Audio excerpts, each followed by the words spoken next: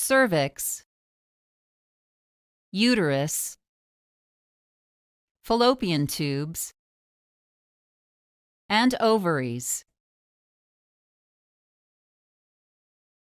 You may need a robotic hysterectomy if you have one of the following diseases or conditions: heavy or constant uterine bleeding, anemia, and pelvic pain, cancer in your uterus, cervix or ovaries, non-cancerous fibroid tumors in your uterus, or slipping and sagging of your uterus into your vagina due to weak or injured pelvic muscles and uterine ligaments. Before your procedure, an intravenous line, or IV, will be started. You may be given antibiotics through the IV to decrease your chance of infection. You'll be given general anesthesia. A breathing tube will be inserted through your mouth and down your throat to help you breathe during the operation.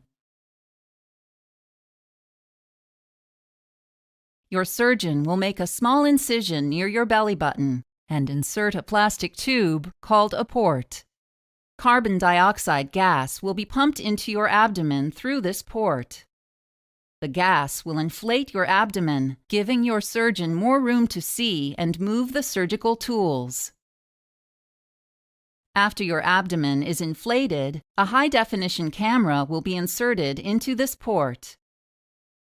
Your surgeon will make additional port incisions for robotic instruments as well as instruments used by patient-side assistants. An assistant will insert all of the robotic tools through these ports. Unlike standard laparoscopic instruments, these tools can rotate 360 degrees and have more flexibility than the human wrist. Seated at a special console, your surgeon will operate the robotic arms and the camera with joystick-like controls and foot pedals. A computer will translate the exact movements of your surgeon's fingers into precise movements of the surgical tools. At the same time, a high-definition vision system will provide a magnified three-dimensional stereoscopic view of the surgical area. Depending on your condition, you may have a partial hysterectomy, in which your surgeon will remove your uterus but leave your cervix, fallopian tubes, and ovaries in place. If you have a total hysterectomy, your surgeon will remove your cervix along with your uterus. If you have a radical hysterectomy, your surgeon may also remove your fallopian tubes, ovaries, the upper part of your vagina, as well as nearby tissue such as your pelvic lymph nodes. At the end of your procedure, the tiny incisions will be closed with stitches, staples, surgical glue, or closure tape dressings.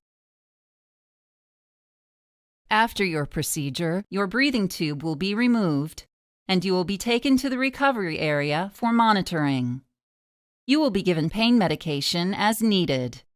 You may continue to receive antibiotics through your IV. You may be released from the hospital the same day or within 1 day after the procedure.